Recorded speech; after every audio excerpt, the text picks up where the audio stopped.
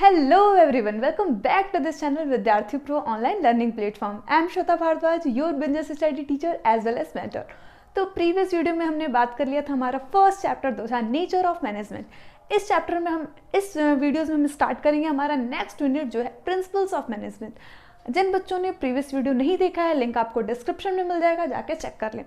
ये चैप्टर भी काफ़ी इंटरेस्टिंग रहने वाला है एंड काफ़ी रेलिवेंट रहने वाला है उन बच्चों के लिए जो CUT एस्पिरेंट्स हैं। तो फटाफट से वीडियोस को आगे बढ़ाते हैं, लेकिन आगे बढ़ाने से पहले आपको वीडियोस को लाइक करना है, चैनल को सब्सक्राइब करना है एंड बेल आइकन को प्रेस कर लीजिएगा, आने वाले अपडेट आपको मिलते रहे। एंड उन बच्चों को शेयर करिए जो हमारे CUT एस्पिरेंट्स हैं, CUT एग्जामिनेशन में बैठने वाले हैं। सो ओके, तो let's move on the next chapter that is principles of management. इस वीडियो में मैं बताऊंगी आपको कि प्रिंसिपल ऑफ मैनेजमेंट में फ्यूल के जो प्रिंसिपल्स हैं, कौन कौन से फ्यूल्स के प्रिंसिपल्स हैं जो हमें पढ़ने हैं। टोटल 14 प्रिंसिपल्स हैं जो हमें कवर अप करने हैं। तो फटाफट से देखते हैं कि ये 7 प्रिंसिपल्स इसमें देखते हैं कि कौन कौन से इनके प्रिंसिपल है और क्या कहते हैं ये प्रिंसिपल। सबसे फर्स्ट प्रिंसिपल जो बोर्ड पे आप लोग देख रहे हैं, division of work. Division of work का मतलब क्या होता है? काम को बांट देना। अब काम को हम किस तरीके से बांटेंगे? दैट मीन्स कि अपने मैनेजमेंट में वर्क को उनके क्वालिफिकेशन के हिसाब से, हमारे एम्प्लॉयज़ को क्वालिफिकेशन के हिसाब से वर्क को डिवाइड कर देना उनके बीच में। जैसे apply to all kind of work, promote specialization, ये सारे ही टाइप के वर्क हो सकते हैं। कैसे भी काम को हम काम को बांट दें। फ्यूल का क्या कहना था कि मैनेजमेंट में इनका प्रिंसिपल ये कहता है कि सही तरीके से काम को करने के लिए, मैनेजमेंट में गोल अचीव करने के लिए हमें काम को बांट देना चाहिए। और बांटने से होगा क्या? एक तो ये अप्लाइड होगा किसी भी काम के लिए, प्लस बांटने से उनका स्पेशलाइजेशन इंक्रीज होगा, वो उस काम में स्पेशलाइज्ड हो जाएंगे, इफिशिएंट हो जाएंगे और इफेक्टिव वे में हम गोल को ईजिली कम टाइम में अचीव कर सकते हैं। सेकंड प्रिंसिपल कहता है authority and responsibility. Authority and responsibility का मतलब होता है, अथॉरिटी मतलब पावर, रिस्पॉन्सिबिलिटी मतलब ऑब्लिगेशन।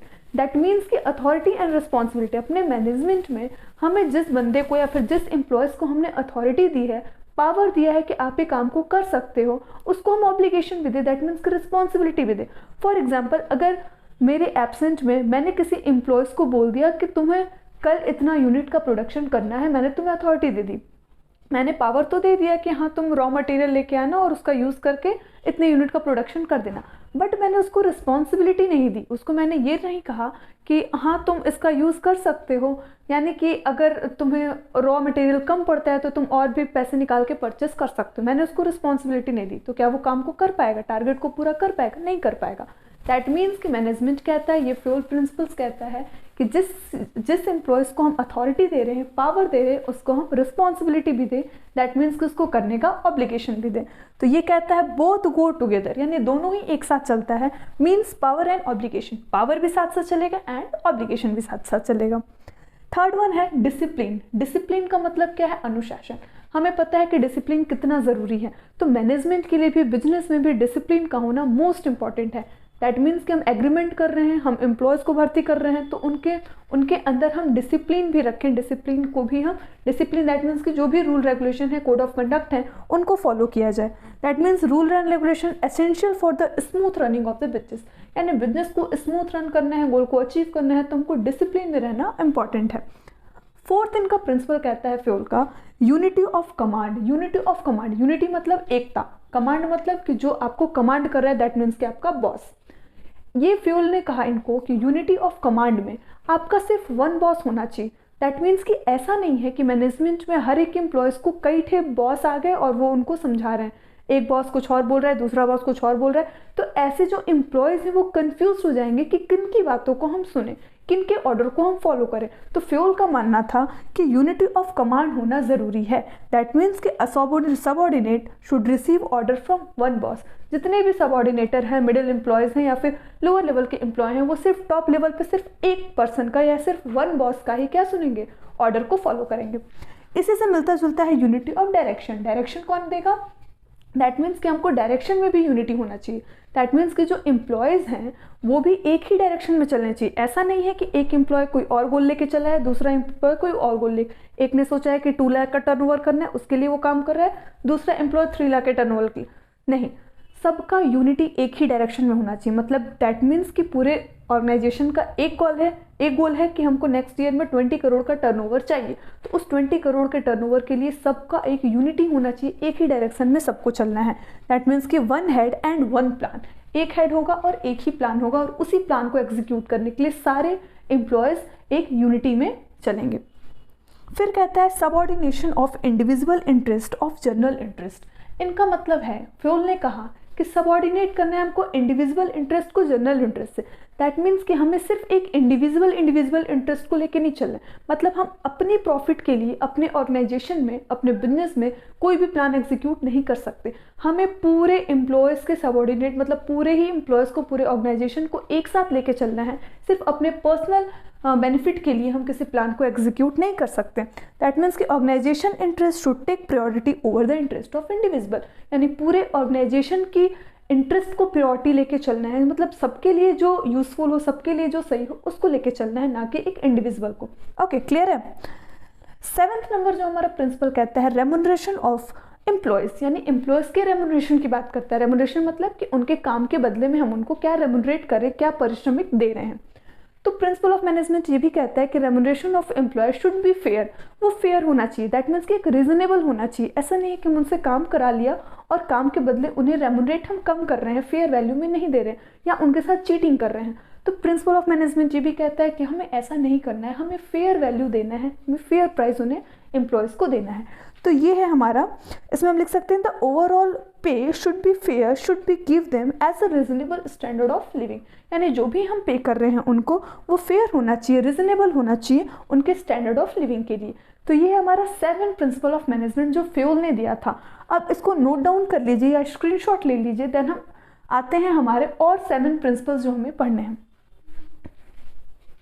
देन 7 प्रिंसिपल्स के पास देख लेते हैं जो और 7 प्रिंसिपल्स हमारे बचे हैं हेनरी फ्योल के। देखते हैं फटाफट से। हमारा 8th प्रिंसिपल है, वो कहता है सेंट्रलाइजेशन एंड डिसेंट्रलाइजेशन। सर क्या होता है सेंट्रलाइजेशन और डिसेंट्रलाइजेशन? दैट मीन्स कि फ्योल का मानना है, फ्योल प्रिंसिपल्स कहते हैं कि हमें किसी भी अपने ऑर्गेनाइजेशन में एकदम प्योरली सेंट्रलाइज नहीं करना है और डिसेंट्रलाइज भी नहीं करना है। मतलब कि हमको दोनों को बैलेंस्ड लेके चलना है, यानी अथॉरिटी को, पावर को एकदम सेंट्रलाइज किसी एक के हाथ में भी नहीं देना है, और ना ही अथॉरिटी को, ऑब्लिगेशन को पूरे हमको डिवाइड कर देना है सारे एम्प्लॉयज़ में। दैट मीन्स कि ना ही प्योर हमारा सेंट्रलाइज होगा अथॉरिटी और ना ही हमारा डिसेंट्रलाइज होगा। दैट मीन्स कि both the opposite end of the organization, दोनों एक दूसरे के अपोजिट हैं, and the degree of centralization of authority should vary according to the need of the organization। कह रहा है कि जो सेंट्रलाइजेशन, जो डिग्री है हमारी सेंट्रलाइजेशन की ऑफ अथॉरिटी, यानी कि जो भी हमारे पास पावर है, अगर उसको हम अथॉरिटी को हम क्या करें, पावर को क्या करें, अगर सेंट्रलाइज कर दें तो वो according to need of the organization, वो ऑर्गेनाइजेशन की नीड के अकॉर्डिंग होना चाहिए। ऐसा नहीं है कि कभी भी हम अपने अथॉरिटी को क्या कर रहे हैं, सेंट्रलाइज कर दे रहे हैं, किसी एक के हाथ में दे रहे हैं। ऑर्गेनाइजेशन की जैसी नीड होगी उसके अकॉर्डिंग हम करेंगे ऐसा। And proper balance between centralization and decentralisation.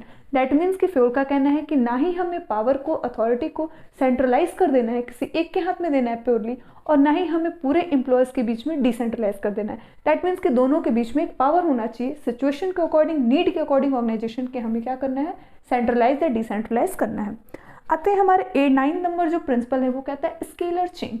Scalar chain का क्या मतलब होता है समझिए। स्केलर चेन का मतलब होता है कि जो भी कम्युनिकेशन होगा हमारे ऑर्गेनाइजेशन में, दैट मीन्स कि एम्प्लॉयज़ के बीच में जो फ्लो ऑफ कम्युनिकेशन है, दैट मीन्स कि कोई भी डिसीजन लेना है, कोई भी बात है, कोई भी प्लान है, तो वो एक फ्लो में होगा, यानी टॉप से मिडिल, मिडिल से लोअर, मतलब एक सीक्वेंस में हमारा कम्युनिकेशन क्या होना चाहिए, एम्प्लॉयज़ के बीच में होना चाहिए हमारे ऑर्गेनाइजेशन में।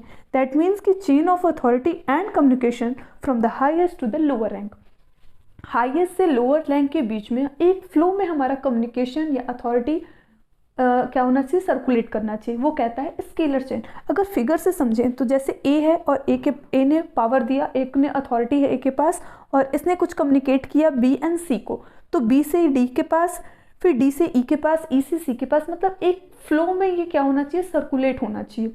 अगर बाय द वे कभी ऐसा होता है कि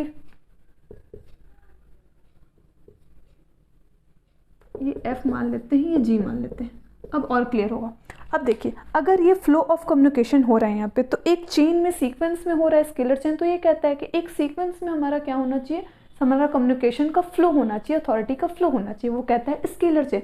बट इन केस इमरजेंसी, अगर कोई इमरजेंसी आ जाती है ऑर्गेनाइजेशन में, अगर डी से ई के पास कोई प्लान को एग्जीक्यूट करना है या फिर डी से ई को कम्युनिकेट करना है, तो वो ऐसा तो नहीं है कि पूरा फिर से वापस से ऐसे कम्युनिकेट करे, मतलब फिर डी से बी, बी से ए से सी, सी से ई, मतलब इतना अगर ये कम्युनिकेशन फ्लो होगा तो उसमें काफ़ी टाइम टेकन हो जाएगा, टाइम कंज्यूम हो जाएगा।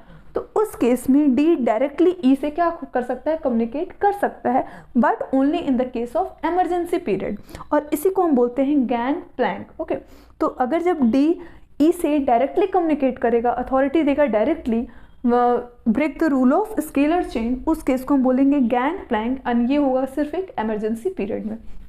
तो एमसीक्यूज में क्वेश्चन पूछे जा सकते हैं। तो स्केलर चेन क्या कहता है कि जो भी अथॉरिटी है, कम्युनिकेशन है, वो एक फ्लो में होना चाहिए, बट इमरजेंसी पीरियड में हम गैंग प्लान का भी यूज़ कर सकते हैं। आते हैं हमारे 10th प्रिंसिपल पे, वो कहता है principle of order. Principle of order, order का ये मतलब नहीं है कि कौन ऑर्डर देगा, उससे मतलब नहीं, ऑर्डर का मतलब है सीक्वेंस, मतलब किस चीज़ को हम किस तरीके से अरेंज करके रखते हैं। हमने पढ़ा है ना कि हमें मैनेजमेंट में इफिशियंसी और इफेक्टिवनेस दोनों चाहिए। तो इफिशिएंटी इफेक्टिवनेस कब आएगा, जब भी जैसे कि प्रोडक्शन हो रहा है तो जो भी रॉ मटेरियल है वो एक ऑर्डर में हो, एक सीक्वेंस में हो। ये ऑर्डर ऑफ पीपल भी हो सकता है, ऑर्डर ऑफ एम्प्लॉयज़ भी हो सकता है, या ऑर्डर ऑफ थिंग्स या मटेरियल भी हो सकता है। तो दोनों ही केसेस में, चाहे वो थिंग्स को हम रख रहे हैं, मटेरियल को रख रहे हैं, या फिर हम एम्प्लॉयज़ को रख रहे हैं, तो दोनों का एक ऑर्डर में होना चाहिए, एक सीक्वेंस में होना चाहिए, अरेंज्ड होना चाहिए, जिससे हम सामानों को तुरंत ईजिली वे में पा सकें, मतलब ईजिली उसको खोज सकें, एंड खोज के फिर हम अपने प्रोडक्शन को आगे बढ़ा सकें। तो प्रिंसिपल ऑफ ऑर्डर ये कहता है applied to both material as well as man, kept as a fixed place for employees and material. मतलब जो भी चीज़ें हम रख रहे हैं, मटेरियल को, एम्प्लॉयज़ को, उसको फिक्स्ड प्लेस पे रख दे, जिससे किसी को भी वो सामान ईजिली वे में मिल जाए और हमारी इफिशिएंसी बनी रहे, ताकि हम काम को तुरंत ईजिली अचीव ऑर्गेनाइजेशन गोल को कर सकें। 11th प्रिंसिपल कहता है इक्विटी। इक्विटी का मतलब होता है फेयर, यानी इक्वालिटी, यानी कि जो भी मैनेजर हो वो हमारा फेयर मैनेजर हो, वो बायस्ड ना हो, प्लस वो जो मैनेजर हो वो किसी के साथ ऐसा ना हो कि किसी के साथ फेयर रेम्युनरेशन दे रहा है, किसी से अनजस्टिस, मतलब जस्टिस नहीं कर रहा है। दैट मीन्स कि जो भी हमारा मैनेजर है वो फेयर होना चाहिए, वो लॉयल होना चाहिए, प्लस वो इक्विटी देखे, एक दूसरे के बीच में भेदभाव ना करे। तो इक्विटी होना भी ज़रूरी है। इसको बोलता है equality should be there, manager should fair and impartiality. Impartiality वो ना करे एम्प्लॉयज़ के साथ, ऐसा ना हो कि कोई एम्प्लॉयज़ उसका फेवरेट हो तो उसको ज़्यादा रेम्युनरेशन दे रहा है, दूसरे को कम दे रहा है, ऐसा वो इक्वालिटी अनइक्वालिटी ना करे। Equality should be there, no discrimination, कोई डिस्क्रिमिनेशन, कोई भेदभाव से नहीं होना चाहिए, वो कहता है इक्वालिटी। 12th नंबर जो प्रिंसिपल है वो कहता है stability of personal. Stability of personal का मतलब होता है, स्टेबिलिटी का मतलब स्थिरता। दैट मीन्स कि जो भी एम्प्लॉयज़ को हम हायर कर रहे हैं, जैसे अपनी कंपनी में हमने रिक्रूटमेंट किया, रिक्रूटमेंट करके, एक रिक्रूटमेंट बहुत बड़ा प्रोसेस होता है, यहाँ पे हम कंपनी क्या करती है, काफ़ी टाइम पीरियड उसमें चला जाता है कंपनी का रिक्रूटमेंट प्रोसेस को करने के लिए। एडवर्टीजमेंट निकालती है, फिर उसको इंटरव्यू लेती है, ऐसे कर करके कई ठे प्रोसेस इन्वॉल्व होते हैं इसमें। तो ये बहुत टाइम टेकन वाला होता है। तो बार बार हमको कंपनी में क्या होना चाहिए कि अपने एम्प्लॉयज़ को स्टेबल करना है। ऐसा नहीं कि उनको हम जॉब पे रखें, कुछ टाइम बाद जॉब से निकाल के दूसरे जॉब में उनको भेज दिया, फिर हमने रिक्रूटमेंट स्टार्ट किया, फिर एक एम्प्लॉयज़ को लाए, फिर उसको हटा दिया, फिर दूसरे को रखें। ऐसा नहीं करना है। हमें उनको रिक्रूटमेंट करने से पहले हर चीज़ को, उनकी पर्सनैलिटी, उनके कम्युनिकेशन को, उनके परफॉर्मेंस को, सब चीज़ को एक परफॉर्मेंस अप्रेजल के तौर पे अच्छे से देख लेना है, जस्ट कर लेना है।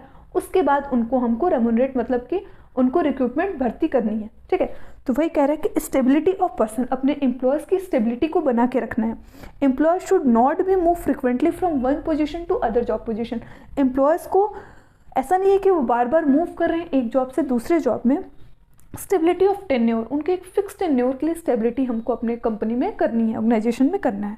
फिर आता है इनिशिएटिव क्या होता है? इनिशिएटिव मतलब होता है कि उनको प्रमोशन के लिए किया जाता है, कि उनको कुछ इनिशिएटिव दे दो, कुछ थोड़ा सा वो प्रमोट हो जाए। तो प्रमोट कब होंगे? इनिशिएटिव हम दे सकते हैं तब जब हम अपने ही कंपनी के एम्प्लॉयज़ की बातों को सुनेंगे।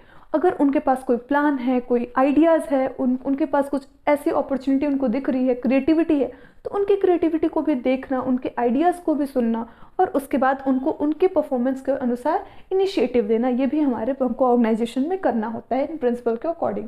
दैट मीन्स कि power of thinking out of plan and execute the plan, मतलब उनको पावर देना कि तुम प्लान सोच सकते हो तो एग्जीक्यूट भी कर सकते हो, एंड सजेशन, आइडिया और reward should be there. And उनको उसके सजेशन पे, आइडियाज़ पे अगर अच्छा लगता है तो हमें उनको रिवॉर्ड भी देना चाहिए, उसी को हम बोलते हैं इनिशिएटिव। फिर है एस्पिरिट द कॉर्प्स।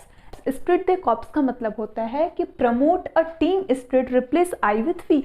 मतलब फ्योल ने कहा कि हमें स्पिरिट द कॉर्प में, यानी हमें अपनी टीम को एक टीम के साथ लेके चलना है। दैट मीन्स कि हमें आई का वर्ड यूज़ नहीं करना है, हमें वी यूज़ करना है। हमें ये नहीं बोलना है कि आई रिसीव दिस, मतलब ये नहीं कहना है कि मेरा ऑर्गेनाइजेशन है, मैंने इतना टर्नओवर किया, मेरा गोल ये है, मेरा प्रॉफिट, ऐसा नहीं कहना है। हमें अपने ऑर्गेनाइजेशन में, हमें बिजनेस में आई की जगह पे वी यूज़ करना है, यानी हम का यूज़ करना है। वही कहता है स्प्रेड द कॉर्प्स, यानी हमारा लास्ट प्रिंसिपल्स। तो ये थे हमारे फ्यूल के 14 प्रिंसिपल। आई होप आपको समझ में आएगा। अब चलते हैं, हमारा लास्ट टॉपिक है जो है साइंटिफिक मैनेजमेंट, जो एफ.डब्ल्यू. टेलर ने दिया था। 5 टेक्निक्स जो साइंटिफिक मैनेजमेंट के हैं। फ्यूल के हमने 14 प्रिंसिपल कवर कर लिए हैं, तो चलते हैं टेक्निक्स देखते हैं कि क्या है साइंटिफिक मैनेजमेंट, किसको बोलेंगे टेक्निक ऑफ साइंटिफिक मैनेजमेंट। तो एफ.डब्ल्यू. टेलर ने एक डेफिनेशन दिया था, is the art of knowing exactly what you want you're meant to do and then seeing then they do it in the best and cheapest way। इसका मतलब ये है कि एफ.डब्ल्यू. टेलर का मानना ये था कि ये जो टेक्निक्स है वो ये बताता है कि कैसे हम, ये एक ऐसा कला है जिसमें हम ये देखते हैं कि कोई मैन जो काम कर रहा है ऑर्गेनाइजेशन में, वो किस तरीके से कर रहा है, किस इफ़िशिएंट मैनर में करता है, किस वे में करता है, एकदम चीपेस्ट वे में, यानी कि कम से कम लागत में, कम से कम कॉस्ट में वो ज़्यादा से ज़्यादा प्रॉफिट को अचीव कर रहा है या फिर अपने गोल को अचीव कर रहा है। तो वही होता है टेक्निक्स। टेक्निक्स मतलब ऐसे टेक्निक्स जिनका यूज़ करके हम चीपेस्ट वे पे अपने ऑर्गेनाइजेशन में गोल को अचीव कर सकें। तो ये कहते हैं एफ.डब्ल्यू. टेलर। अब कौन से ये 5 टेक्निक्स हैं जो एफ.डब्ल्यू. टेलर ने दिए थे। सबसे फर्स्ट टेक्निक जो उन्होंने दिया वो था फंक्शनल फॉरमैनशिप। फंक्शनल फॉरमैनशिप का मतलब होता है कि फॉरमैन मतलब जो लास्ट हमने पढ़ा था ना, लेवल ऑफ मैनेजमेंट, उसके जो लास्ट थे कौन थे, फॉरमैन थे। तो फॉरमैन में काम को किस तरीके से बांट देना, उनके बीच में काम को बांट देना, ताकि जिस चीज़ में वो स्पेशलाइज्ड हैं वो उस चीज़ को करें।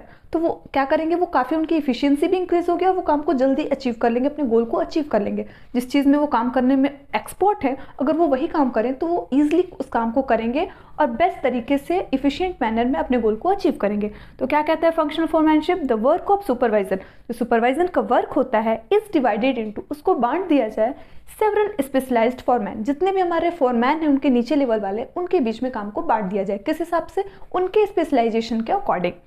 This technique is improve. अब ये टेक्निक्स क्या इंप्रूव करेगी, तो क्वालिटी इंप्रूव करेगी, किसके, supervision, and will also improve the quality of work and efficiency of worker. Worker की इफिशियंसी को भी इंक्रीज करेगी, उनकी क्वालिटी को इंक्रीज करेगी। क्लियर है। फंक्शनल फॉरमैन, फंक्शनल मतलब कार्य को बांटना, किसके बीच में, फॉरमैन के बीच में, सुपरवाइजर के काम को किसके अकॉर्डिंग, उनके स्किल के अकॉर्डिंग, उनके कह सकते हैं कि उनकी क्वालिटी इंक्रीज होगी एंड इम्प्रूव होगा उनका working and efficiency of workers. Worker का इफिशियंसी भी इंक्रीज होगा, उनके स्पेशलाइजेशन के अकॉर्डिंग उनके काम को बांट देना। यही था। सेकंड, टेलर ने कहा standardization and simplification of work. Standard का मतलब होता है कि काम का, या फिर कह सकते हैं कि जो हमारा वर्क का है उसका एक स्टैंडर्ड फिक्स कर देना कि किस स्टैंडर्ड में काम होगा, किस वे में होगा और कितना सिंपल वे में होगा। यानी फिक्सिंग स्टैंडर्ड फॉर एवरीथिंग, हर चीज़ के लिए एक स्टैंडर्ड फिक्स कर दो। Okay. Standard of work, standard of work का मतलब होता है स्टैंडर्ड सेट फॉर मटेरियल, जो रॉ मटेरियल हम यूज़ करें उसका एक स्टैंडर्ड होना चाहिए, मशीन का स्टैंडर्ड होना चाहिए। एंड सिंप्लीफिकेशन का मतलब होता है जितने भी अननेसेसरी चीज़ें हैं उसको हटा दें। दैट मीन्स कि मान लो प्रोडक्शन नहीं कर रहे हैं तो उसमें जितने भी अननेसेसरी वेरिएंट्स आ रहे हैं उसको हटा दिया जाए, वेराइटीज़ को हटा दिया जाए। यानी जो केवल मेन चीज़ है सिर्फ उसी का प्रोडक्शन किया जाए, उसी को रखा जाए अपने। तो इससे क्या होगा कि हम इंक्रीज कर सकते हैं इफिशियंसी को भी। फॉर एग्जाम्पल से देखते हैं Hindustan Unilever limited. Hindustan Unilever limited ने क्या किया, रिड्यूस कर दिया वैरायटी ऑफ शॉप्स, अपने शॉप्स के वैरायटी को कम कर दिया और जितनी ही शॉप थी ऑर्गेनाइजेशन में उनकी इफिशियंसी इंक्रीज हो गई। तो स्टैंडर्डाइजेशन और सिंप्लीफिकेशन का मतलब क्या है कि एक प्रॉपर स्टैंडर्ड बना देना, स्टैंडर्ड ऑफ वर्क कर देना कि किस स्टैंडर्ड में काम होगा, किस मेथड से होगा, एंड सिंप्लीफिकेशन कर देना, जितनी भी अननेसेसरी चीज़ें दिख रही हैं, वैराइटीज़ दिख रही है, उसको हटा देना। नेक्स्ट है हमारा वर्क स्टडी। वर्क स्टडी का मतलब होता है काम की स्टडी करना। एफ.डब्ल्यू. टेलर यहाँ क्या करते थे, एक सिस्टमेटिक और क्रिटिकल असेसमेंट करते थे सारे ऑपरेशनल फंक्शन का, जो भी काम हो रहा था ऑर्गेनाइजेशन में उसका एक स्टडी किया। कैसे किया, सबसे पहला मेथड स्टडी, सबसे पहले रास्ते देखें, वे देखें कि किस वे में काम हो रहा है। Second, motion study. Motion study मतलब अब जो लोग काम कर रहे हैं वो कितना मोशन कर रहे हैं, बीच में काम के बीच में कितना इधर उधर जा रहे हैं। टाइम स्टडी, कितना टाइम टेकन हो रहा है हर एक यूनिट का प्रोडक्शन करने में, वो टाइम स्टडी में देखा। फैटिग स्टडी क्या कहते हैं, कितना आराम कर रहे हैं वो वर्कर्स, काम के बीच में इधर उधर कितना जा रहे हैं, कितना आराम ले रहे हैं वो, उनकी स्टडी किया। तो ये पूरी स्टडी हुआ हमारा वर्क स्टडी में, यानी कि एफडब्ल्यू टेलर ने वर्क स्टडी की, किसके, पूरे एम्प्लॉयज़ की, कि कैसे कैसे वो काम कर रहे हैं, कितना आराम कर रहे हैं, उन सब का स्टडी करना, ये था वर्क स्टडी। फोर्थ टेक्निक था इनका differentiated piece wages system. Piece wages system का मतलब है डिफरेंशिएट कर दिया एफडब्ल्यू टेलर ने एक इफिशिएंट और एक इनएफिशिएंट एम्प्लॉयज़ के बीच में। इनका मानना ये था कि सारे वर्कर्स को एक जैसा वेजेस नहीं देना है, हमें क्या करना है, जो इफिशिएंट है, जो अच्छे से काम कर रहा है, उसको उनके क्वालिटी के अनुसार या फिर उनके काम करने के अनुसार पैसे देना है, और जो उससे कम इनएफिशिएंट काम कर रहा है उसको उसके वर्क के अनुसार उनको वेजेस देना है। तो इन दोनों के बीच में डिफरेंशिएट कर दिया, efficient and inefficient worker are paid at different rates. Okay, last one हमारा मेंटल रिवोल्यूशन। मेंटल रिवोल्यूशन का मतलब होता है टोटल चेंजेस कर देना हमारे एनवायरमेंट में, एटीट्यूड ऑफ वर्कर्स, वर्कर्स के एटीट्यूड में, and management toward each another, यानी मैनेजमेंट और वर्कर्स दोनों एक दूसरे के लिए काम करें, उन दोनों के बीच में मेंटल रिवोल्यूशन हो जाए, एक चेंजेस आ जाए, ये भी उनके लिए काम करे, वो भी इनके लिए काम करे, ठीक। और मैनेजमेंट भी क्या करे, एक ऐसा माहौल क्रिएट करे, एक ऐसा एनवायरमेंट क्रिएट करे कि हमारे एम्प्लॉयज़ उसमें सुटेबल हो जाए और अच्छे से काम करें, इफिशिएंट मैनर में काम करें। तो ये था टेक्निक्स, 5 टेक्निक्स जो एफडब्ल्यू टेलर ने दिया होगा। आई होप आपको क्लियर हो गया, तो फटाफट से इसको नोट कर लें। आई होप आपको क्लियर हो गया होगा। हमारा जो सेकंड यूनिट था क्या था, प्रिंसिपल ऑफ मैनेजमेंट, जिसमें आपने आपको बता दिया है कि वो 14 प्रिंसिपल्स जो हेनरी फ्यूल के थे, ये 5 टेक्निक्स जो एफडब्ल्यू टेलर के थे। तो I hope all are clear right now. So at last अगर कहीं भी डाउट है तो आप कमेंट सेक्शन में लिख सकते हैं कि आपका किस टॉपिक में डाउट है, कौन सा फिर फ्यूल का या फिर टेलर का मैनेजमेंट आपको नहीं समझ में आया, टेक्निक्स या फिर प्रिंसिपल्स, तो उसको डाउट को मैं नेक्स्ट वीडियो में लेक्चर में क्लियर करूँगी। सो एट लास्ट अगर वीडियोस अच्छी लगी हो तो like, subscribe, share and comment करना बिल्कुल ना भूलें। सो मिलते हैं नेक्स्ट वीडियोस में हमारे 3rd यूनिट के साथ। ओके, तब तक के लिए टाटा, bye bye, thank you for watching.